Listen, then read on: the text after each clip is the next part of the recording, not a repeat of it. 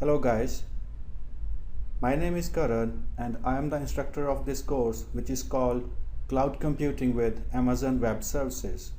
Before we start working on the services of AWS, let me brief you about what is Amazon Web Services and what are the various components of AWS. Now first of all, what is cloud computing and why we need that? In today's world, most of the organizations are reliable on cloud computing because cloud computing offers you flexible, secure, and cost-effective IT infrastructure. You have to pay whatever you use. There is no upfront payments that's been charged by cloud providing vendors. And if we talk about traditional hosting, we have to pay a lot of money, and that was very difficult to scale up the infrastructure in case the demand of the users, or you can say the demand of the services, would have been increased. Now when we say IT infrastructure, that can have your virtual servers, that can have your backend databases, and also some storage mechanism where you keep your backups, and notification services, monitoring services. All those components makes an infrastructure. It depends on your application and it depends on your requirement what all you need in your infrastructure. Now if we talk about Amazon Web Services, it provides you complete set of services using which you can build up your entire infrastructure. When I say complete set of services, I mean your virtual servers, your databases, your storage, your DNS system, your VPCs, your notification services, content delivery networks, and a lot more. So Amazon Web Services does not charge anything when you register with them. You have to pay whatever you use.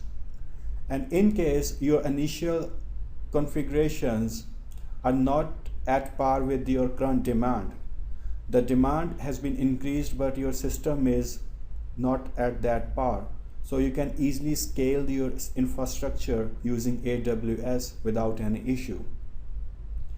And it is very easy to set up your infrastructure on AWS. You can either migrate your existing servers from your existing hosting company to cloud, or you can create your new infrastructure as well. Now AWS platform has been divided into these categories: compute and networking, which includes your virtual servers and your VPCs; storage and CDN, it includes various storage services that AWS provides, and we talk about some of them; and also the content delivery network. Databases is also one of the services which is being provided by AWS, followed by the application services. In these services, we talk about the notification services and the email services. And last but not the least, we have deployment and management. So in deployment and management, we talk about how to deploy the application automatically and how to monitor your resources for the various threshold values that you set. So compute and networking contains Amazon EC2, and Amazon EC2 supports most of the operating system that's been available in today's market. It includes your Red Hat Enterprise Linux, CentOS, Debian, Amazon Linux, Oracle Linux, as well as Microsoft Windows servers. The other service which falls in this category is Route 53. In Route 53, we deals with DNS system which we can configure on AWS platform.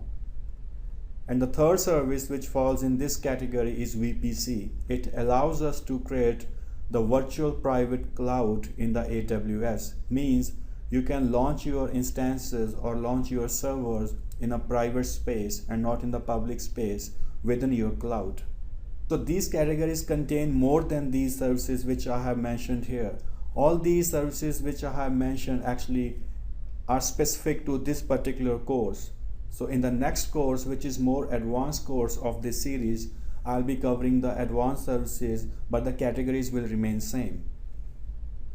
So the next category is storage and content delivery. It includes the very famous and popular storage service called S3, where you can actually store your images, code, and you can even host your static website using Amazon S3. Amazon Glacier is the recent service which has been introduced by AWS. It is used for archival system. Whatever you want to keep as an archive, you can use the Glacier storage because Glacier is very much economical as compared to S3. And another service in this category is CloudFront. This is all about your content delivery network. So if you have worked on any traditional CDN systems which allows you to transfer data geographically and boost up the performance of your website, this is where Amazon provides its service, which is called Amazon CloudFront. We'll talk about all these services in this particular course. So from database point of view, we are going to cover Amazon RDS. Right now, Amazon RDS supports MySQL, Microsoft SQL Server, and Oracle Enterprise databases. From deployment and management point of view, we are going to cover Amazon CloudWatch, which is a monitoring service provided by Amazon. You can monitor your resources, which includes your servers, your storage, even your billing, and your DNS and your RDS databases. Everything can be monitored by CloudWatch. And you can manage your users and groups using the identity and access management. From application services, we have two services which falls under this category. One is Amazon SES and the other is Amazon SNS. If you want to implement bulk email solutions, for example, if you are doing e-marketing of your website or any of your product, you need to send out mass mailing, you can avail the services of SES. And on the other side, let's say you want to receive notification alerts in case your server crashes or your server is in bad health or your databases are experiencing high number of concurrent connections. So in such scenarios, you need some kind of notification to be sent on your email. That is where your SNS will come into the picture. You can even use your mobile number so that you can receive the notification on your mobile. So these are the all services which I'm going to cover in this particular course. So every lecture contains a video which describes how to configure a specific service and how to use it in real time. I hope you guys will like this course. Stay tuned for more videos. Thanks for watching, guys.